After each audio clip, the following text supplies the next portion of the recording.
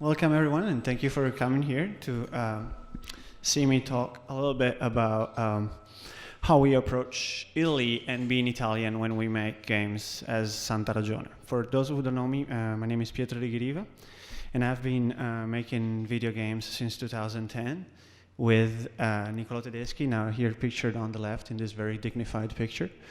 And basically we opened the studio in 2010 in Milan, and then later on in 2012, a new member of the team joined us. His name is Paolo Taillet, wearing his unicorn hat, and he's our sole programmer and our technical director now at Santa Ragione. So even if we initially met through our passion for video games, and it was clear from the beginning that we wanted to make video games together, me and Niccolo do not have a technical background whatsoever. We didn't know how to program, we didn't know how to code, we were very much coming from a different side of life. And specifically, I was studying design at the Politecnico di Milano, and it's there where I think studying the work of Castiglioni, Sozzas, Armando Testa, that we started talking about doing design in a sense of, working within a tradition that is local and is specific to a time and a place, and it's not just design that you could do anywhere else in the world, but it is specific to Milan, specific to Italy, specific to the way we grew up. And I think it's the idea that the elements of everyday life and that the culture that surrounds us are a starting point for the design practice. That is what we kept in while we were making games at Santa Ragione. These are other examples of influential architecture that I think you will be able to recognize in our games is Carlo Scarpa, Gaio Lenti, Gio Ponti. But even more than that, possibly, it was the work of some masters of the comic book art that Niccolo introduced to me, such as Andrea Pazienza, Sergio Toppi, and GP, that not only were working within a tradition of style and design that was specifically Italian, but also their topics and the places where these stories were taking place were exclusively Italian. They could not have been made by anyone else that didn't grow up with those experiences and within those contexts. And that is why I think that maybe most importantly, it is the surroundings in which we grew up that formed our interests and personalities. Without getting into specifics, I think that the conversations with my parents about history and politics and the way Niccolo was brought up with putting great value into handicraft and the preparation of traditional food, that these elements they became important in the way our personality is reflected in the games that we were making. And so it shouldn't be surprising that the kind of games that we wanted to make and the way those games would portray Italy would be very, very different than what we're used to see in AAA and commercial productions such as Final Fantasy, Assassin's Creed. And we're more tailored about a kind of Italy that is not traditionally seen outside of our country. And I think this is a good opportunity to reveal some of the thoughts behind the name of our studio, which is something that people usually ask me about a lot. So obviously it was a matter of choosing a name that was instantly recognizable and that for foreigners was also a hint as to the kind of games that we were going to make. We're not going to compete with, Dark Sector, Space, Alpha, Digital Revolution, whatever that game studio is going to be called about. But we were making something that was very specifically Italian and that could have been recognizable in the stores as a specifically Italian game. But aside from that, and I'm explaining this even if most of you are familiar with the idiomatic expression, the idea was that Santa Ragione for us is it's almost like a hint, like a way to tell us to do things no matter what, and it translates literally to beating the daylights out of each other, and so kind of forcing each other to make things and make things work. And I think another side of it that is as exciting for me really is this juxtaposition of two concepts that are related to faith and science, and I think that's very much what game creation is like. There's this really hard to control creative side of hoping that players are gonna do what you want them to do, and on the other hand there is the specific technical achievement of making those things work. And so Santa Ragione is kind of like both these two souls at the same time. And additionally, you get to receive really funny emails during Christmas times that begin with Dear Santa. So our first game was not a video game at all. This is before Paolo joined us at Santa Ragione, so we had no technical background, as I was saying. And so we made a board game instead of a video game. And the first game that we made is this horror adaptation of Alien in board game form, where you're hidden roles, humans versus aliens. Humans have to escape, aliens have to capture them.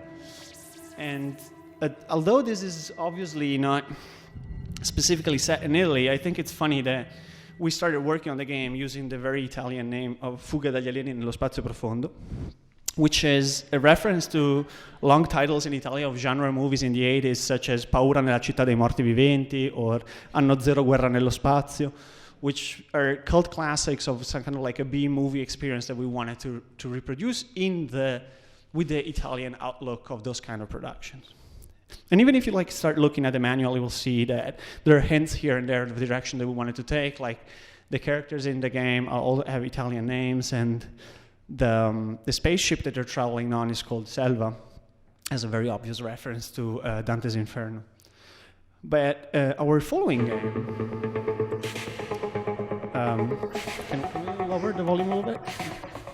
So Photonica, again, I think you can see some of the architectural references that I was showing you before.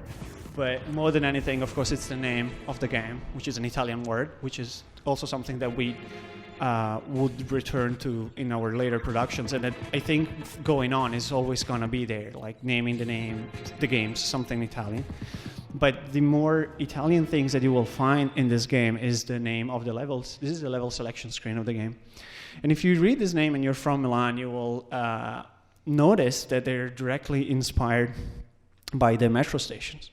This is a beautiful drawing, 1964 drawing of the upcoming metro subway in Milan.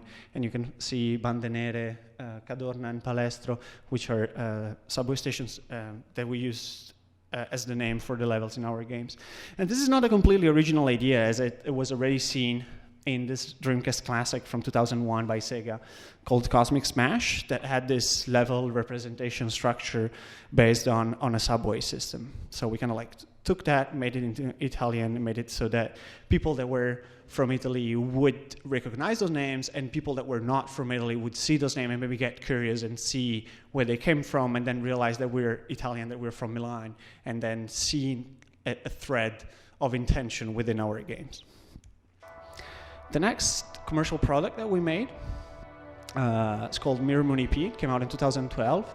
This is a PC game about space exploration.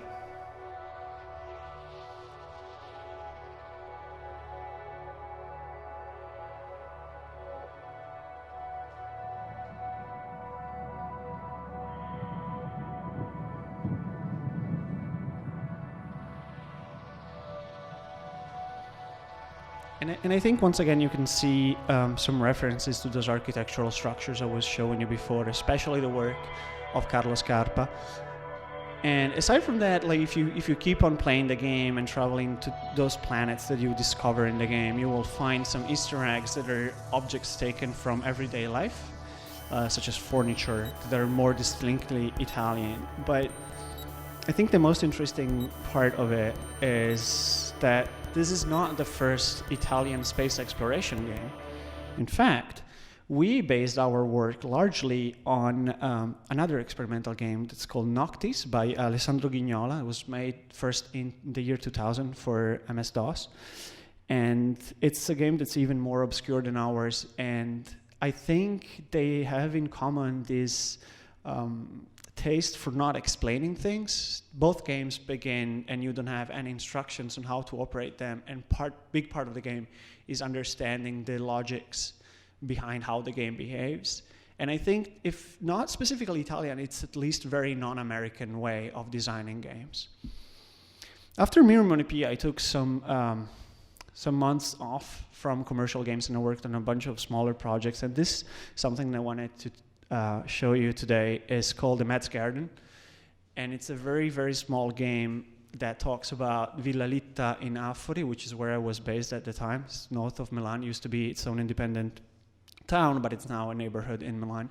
And Villa Litta is where Cristina Trivulzio was a patron of art, and she invited over artists that were her contemporaries, such as Francesco Hayez, the painter, and Giuseppe Verdi, which is displayed playing the piano. And you play as Alessandro Manzoni writing poems, and the way the game works is that you just move the pointer and you click on things such as the fireplace, and Manzoni would write a verse on the poem that says something about the fire. And then you compose your letter, your poem, and then you gift it to one of the people in the house.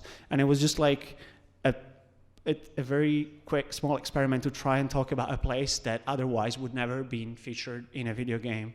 And I'm very happy how it came together. And unfortunately, it's only available in Flash, so it's hard to play it nowadays. But I plan to make it available in some other ways at some point. But I'll keep you posted.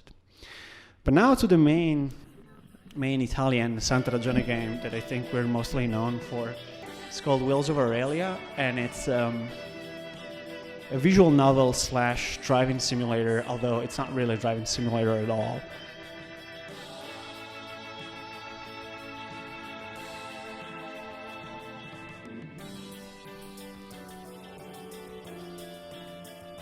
So the game, I think, the trailer is featured in the gallery, and it's a game where you are playing as these two women that are running away from Rome and trying to reach France, and they travel through Roma, Civitavecchia, Bracciano, Piombino, Siena, and Viareggio, and depending what you say to your companion and the directions that you decide to take, the story changes, right? And so to make this game, we brought on board another independent game studio that is famous for creating games that are set in Italy. Their name is We Are Muesli, Claudio and Matteo and Claudia. And they helped us define the multiple storylines that happen in the game, and based on a set of important topics about the Italian 70s that we agreed on. So what came out of that is a series of characters and events that didn't just convey what was happening in politics in the 70s, but more importantly, the cultural and sociological background that was present at the time and influencing the lives of these characters. And so this is why in the game we make frequent references to pop culture and to really everyday life in the 70s. And that's why the characters are a farmer, retired racing driver, a priest, an anarchist, a recently freed inmate following the Basaglia law.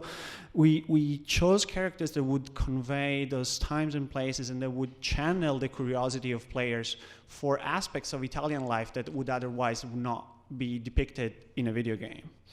And if you play the game and you spend time like traveling across along the Via Aurelia, you will notice that we could have picked much more defining, much more recognizable landmarks for the environment. We never show the Colosseum, we never show Florence, although it's not technically on the Via Aurelia, but we could have, brought in those important artistic landmarks that would immediately make the game more recognizable for international audiences. But instead, we wanted to kind of like shock them and have them realize that Italy is more than what they're used to seeing in postcards and in the most obvious stereotypes that we're visually used to recognize Italy through in video games.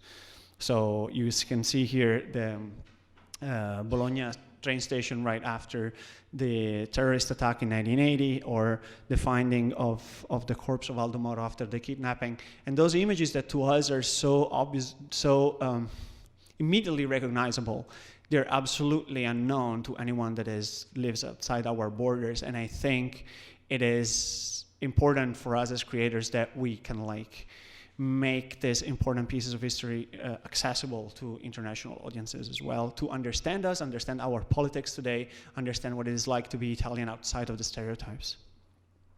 And maybe have more respect when they talk about mafia and tragic elements of our history that to them are just folklore. So now we get to game number 5, which is the game that we're working on right now. We started working on it in 2017. Unfortunately, I cannot tell you a lot about this game because it's currently unannounced. So I will not be showing you gameplay. I will not tell you what the title is. But I think there is a really good chance that we are going to disclose more about the game in the end of October. So, but I wanted to tell you a little bit about where we started and what we want to talk about with this game, which is mainly the concept of tradition. And tradition, not just in the sense of like the things that we keep and we cherish from previous generations, but also in a critical way as really the clash between tradition and progress, and how tradition can be used as a tool to prevent change, to suppress change, if you will.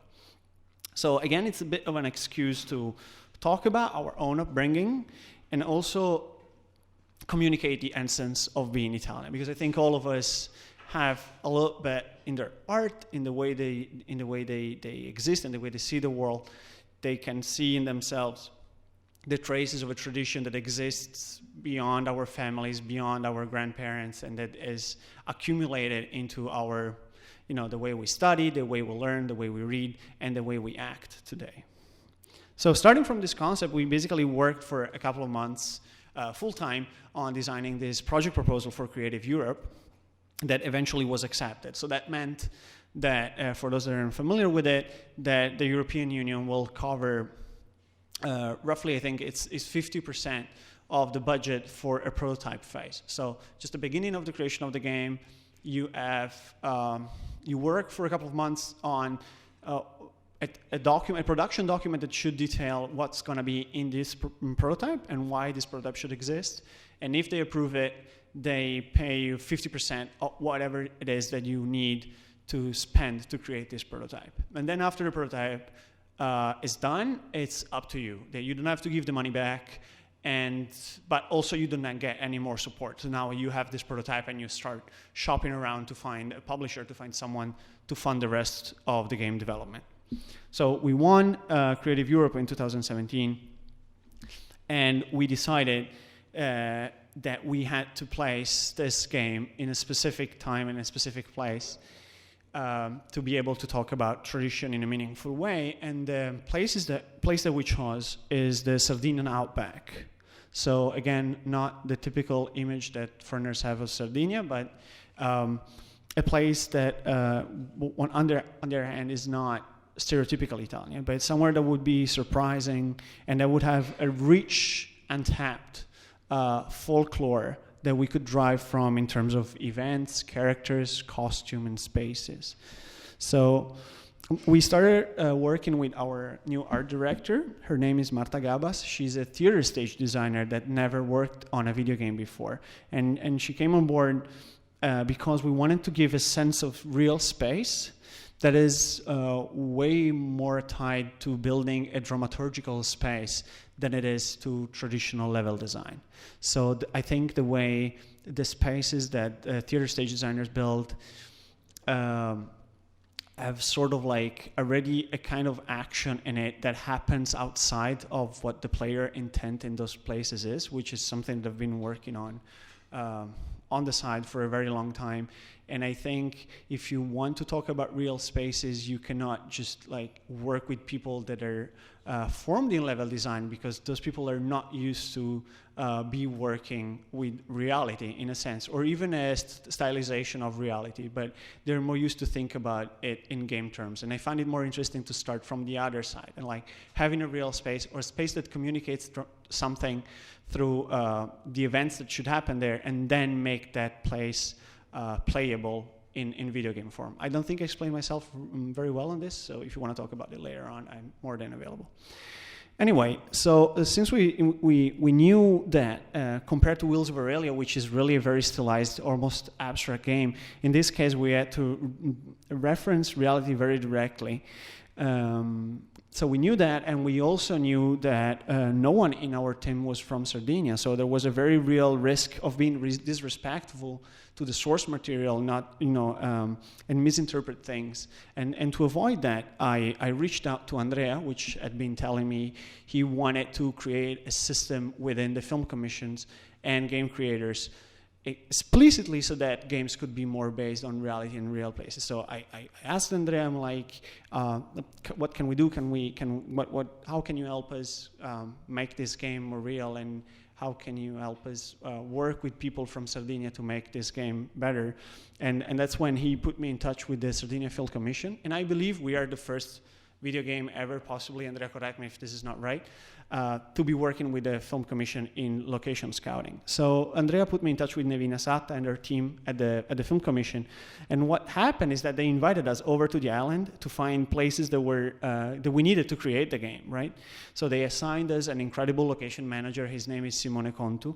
And what happened is that we spent with him 7 days, 7 in the morning to 10 at night, just traveling through the outback of Sardinia and finding all the places that were listed by my art director, and finding, you know, the references to the architecture, to the spaces, to the furniture, to the props. Every single element that basically is in the game is based on either, you know, documented history of Sardinia or what we managed to collect during those location scouting. And I put together a really short video for you to watch. This is unfortunately not super well edited and a little bit quickly put together, but it should give you an impression of what it was like to be there for 7 days and see this material in person. There's some audio. So the first place here is a minerary museum in Iglesias. It was used as a school for miners, so it shows the different parts and tools that would appear in a mine, metal mine, so lead, silver, and zinc in Sardinia. So the second one is the castle in Bosa. It's a 12th century castle that is extremely well preserved, and it's also interesting for us because the way that it's being preserved is not through restoration, but through adding these structures that are contemporary and that allow for, again, a juxtaposition of now and then, which is also something that we're trying to work on in the game, which is set at current times. This is the church in Barumini. And again, there is so many elements of it that you will recognize in the game. And you will probably notice by now that the entire footage is shot through this fake first-person shooter camera video, and this is because we wanted to get a feel of the places that would immediately make us understand what they would look like in a game. This is Museo Casa de Rio. It's a perfect reconstruction of what the furniture in an upper middle class Sardinian house would look like at the end of the 19th century.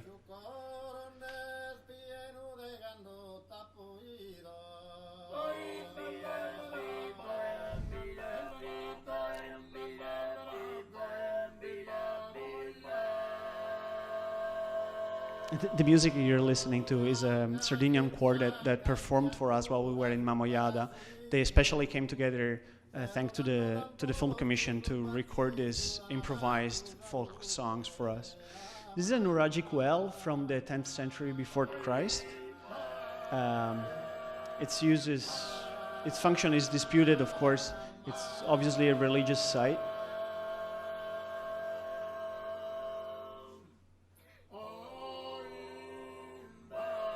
And now that I exit the stairs, you'll be able to see very briefly the crew that was working with us in those days. My producer, my art director, location manager, and even our sound designer came with us in the trip and was able to record all the samples that we're going to use in the game, even the steps on the different kind of floors that we have in the game have been recorded on site. And so since we were there, we really had the chance to capture a lot of material that would eventually make it in directly into the game. This is a really large Nuragic complex in Barumini, 12th century before Christ.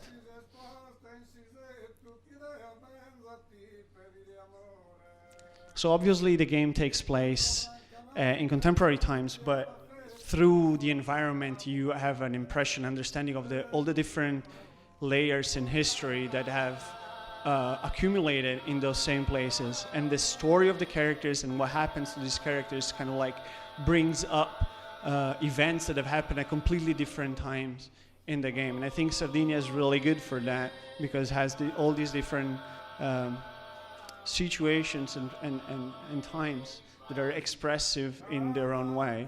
And finally, this is the abandoned minerary village in Monteponi, which was abandoned because the mining became too expensive and not competitive, and now it's kept as a museum to display the machinery and the tools that were used in refining metals in the mines. So, and I'm almost done.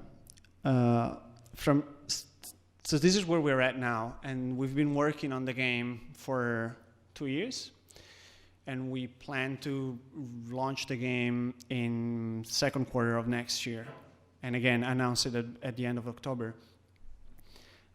After this game's out, I think the next steps that we're going to take in the direction of further introducing reality and Italian reality into making games would have to go through some of these steps. And when I say performance and improvisation, what I mean is that we should work with actors, real people in game creation way more than we're doing today. And I'm absolutely not talking about motion capture. I'm not talking about capturing the animations that we're going to put in the game. I'm talking about having actors come to a real place, which should be a reproduction of a place that is in our game, and have them have natural interactions through improvisation with each other that we can draw inspiration from. So if we want to imagine what players will want to do in these spaces, we cannot just abstractly think about it just by looking at those places in terms of traditional interactions and level design, because I think we've found over and over that that's very limited and it's very hard. And it's very easy to end up with common design solutions for video games that we've seen over and over and over, such as puzzle solving or fighting, shooting. But I think if we invite actors that have no idea of this concept of resolving a challenge to a space and invite them to improvise in those spaces, then we can record from them their intentions and the way they interact with each other and the way that they read this environment and try to make our game design based on that, rather than just getting the animations for whatever it is that they're doing. Another important step is that I'm very, very happy with how it's been working with Marta as our art director. And so moving on, I think it is important for all of us. And I think today we've had really good displays of that we invite people to make in video games that do not come from a video game background, but that have their own different upbringing and their own different disciplines that they're experts of, such as archaeologists or photographers or people from cinema. And I think these people are going to help us give, since their disciplines have a longer tradition of having a distinctly Italian style to whatever it is that they're making. I'm thinking about filmmaking right now. I think bringing them over would also help into defining what it is to make an Italian video game today. And finally, and this is something that we've been approaching slowly, is the idea of not being afraid of talking about contemporary issues. It doesn't have to be overtly political. It doesn't have to be explicit. But I think it's the responsibility of each of us to take the time and to see how our games are going to be read in today's political climate and by today's challenges in meaningful ways that reflect our own values as designers, without the fear of alienating audiences that think very differently from us, but instead embracing this dialogue that needs to happen. And so I think if we want to make Italian games, we also have to embrace the fact that we are authors and we're not just merely designers, and that we have to give an identity to our games that reflect our own. Thank you.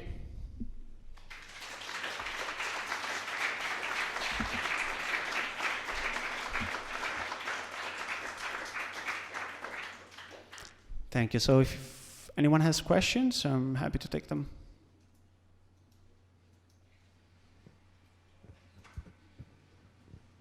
No?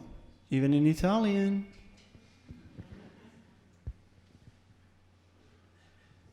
I see Andrea walking toward the desk.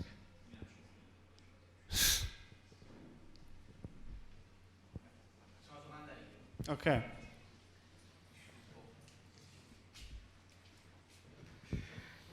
Una delle critiche che ha ricevuto Wheels of Aurelia quando è uscita all'estero è stata di essere un po' inintellegibile per un pubblico internazionale. Mi ricordo per esempio l'articolo su Killscreen, che magari in certi punti era un po' esagerato, però presentava bene un problema di possibilità di lettura da parte di un pubblico internazionale. Mi chiedevo se fosse un problema che avete in qualche maniera, in parte so che avete accolto, perché comunque nelle versioni successive di Wheels of Aurelia c'è la Wikipedia, quindi evidentemente avete accolto la critica, però come pensate di risolverlo nella vostra successiva opera, se è qualcosa che state considerando?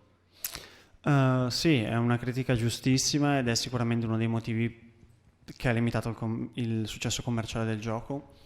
E nel nostro nuovo gioco stiamo rendendo, diciamo, i layer di collegamento alla realtà molto più opzionali. Quindi non abbiamo questo approccio come Wheels of Aurelia, per cui te li scrivo in mezzo allo schermo e o te li leggi o te li leggi, ma dando di più la possibilità ai giocatori di decidere lo stile di immersione che vogliono avere nel gioco. Se è più legato all'atmosfera possono ignorare alcune parti del gioco, se invece vogliono esplorare i riferimenti alla realtà più espliciti possono fare quello. E penso anche che per noi Wheels of Aurelia sia stato anche un modo per prendere la misura proprio su questo tema, perché molto esplicitamente ci siamo seduti al tavolo e abbiamo detto vediamo cosa succede se lo facciamo così estremo, e il risultato è le critiche che giustamente mi riporti tu. Quindi proprio di ritorno da quell'esperienza penso che stiamo trovando un middle ground che è più accessibile per un pubblico internazionale, che mantiene alcuni degli hook, alcune delle parti intriganti di riferimento alla realtà che dovrebbero ottenere il risultato sperato. Altro? C'è qualche altra domanda sul lavoro di Pietro? Fammi una domanda tu, Andrea. Oddio. No, ma io vorrei sapere di più del gioco sardo, ma so che non ne puoi parlare tanto, per no, cui non posso dire niente. È difficilissimo rubare informazioni agli sviluppatori. L'ho provato anche ieri con Jan Kavan, che deve uscire con Someday You Return, e non ci vuole dire quando esce il gioco. Cioè è molto complicato. No, comunque devo dire che a me ha fatto molto piacere anche supportare come IVIPRO il progetto, quindi mettervi in contatto con la Sardegna Film Commission, perché come diceva appunto Pietro, la cosa bella è che ogni Film Commission ha un po' una sua regolamentazione. La cosa molto interessante nel caso della Sardegna Film Commission, per esempio, che loro coprono appunto le spese di sopralluogo. Ah sì, non l'ho detto questo. Quindi se uno sviluppatore deve girare un gioco in Sardegna può contare sul supporto economico, quantomeno per i viaggi, le permanenze, avere qualcuno che ti segue durante la visita, che non è da poco, nel senso che uno sviluppatore anche piccolo può davvero beneficiare di questi supporti. Non tutte le Film Commission hanno questi fondi, però ogni Film Commission poi uno giustamente si informa con la Film Commission della regione di cui è interessato, e quindi questo ne invito anche a fare più giochi in Sardegna, allora, no, nel senso che sì, e anche alle altre Film Commission ci sono delle Film Commission, adesso scherzi a parte, ci sono Film Commission molto interessate al tema. Adesso avremo tra poco il prossimo incontro Stefania Ippoliti, che è presidente dell'Italian Film Commission, ma anche Toscana Film Commission, quindi ci può parlare anche dell'esperienza della Toscana, e avremo anche Fabio Abbagnato dell'Emilia Romagna Film Commission. Ogni Film Commission è un po' un mondo a parte, però hanno un comune denominatore, che è questo tentativo un po' alla volta di supportare anche chi fa giochi, perché ovviamente la tradizione è quella legata al cinema, però è giusto rendersi conto che il videogioco è importante supportare come sviluppatori come voi, che devono andare in loco oppure... No, che la cosa più importante secondo me è proprio l'approccio chiave in mano che ha avuto con noi la Sardegna Film Commission, perché appunto venendo dai videogiochi noi non siamo abituati a fare questo tipo di lavoro, quindi l'idea di arrivare con l'aereo e immediatamente essere trasportati di posto in posto semplicemente seguendo le nostre indicazioni in termini di vogliamo vedere una chiesa, e cioè che sono molto poco dettagliate, ma loro sono talmente esperti, talmente abituati che sanno già in base ai nostri temi, in base al tipo di estetica che vogliamo dare, quali sono i posti, e il risparmio non è soltanto quello delle spese del viaggio, ma è quello proprio progettuale di individuare queste reference, che altrimenti vorrebbe dire spendere mesi di ricerca su cose che magari non sono nemmeno documentate da nessuna parte. Infatti in questo senso anche noi come IVIPRO stiamo cercando anche col database narrativo che stiamo costruendo di offrire questa ricerca a priori, cioè se uno sviluppatore sta cercando una storia legata ad un tema, poter individuare le location. Bellissimo. Poi se desidera anche approfondire quelle location con le storie, noi siamo a disposizione. Sì, il tentativo è facilitare il vostro lavoro. Ne parlavo sempre con Ian Cavan mentre lo portavo qui l'altra sera, quando gli raccontavo un po' il lavoro di IVIPRO era un po' colpito in positivo, perché diceva: mannaggia, se ci fosse stato quando stavamo costruendo il gioco avrei speso un sacco di tempo in meno a fare ricerca, l'affidavo a qualcun altro e io mi occupavo di fare altro. Cioè, speriamo che possa essere utile anche in quest'ottica, quindi mi fa piacere che a volte gli sviluppatori ne traggano beneficio, un po' alla volta. Moltissimo, non avremmo potuto fare il gioco senza questo supporto. Oh, che bello, sono contento. Grazie ancora.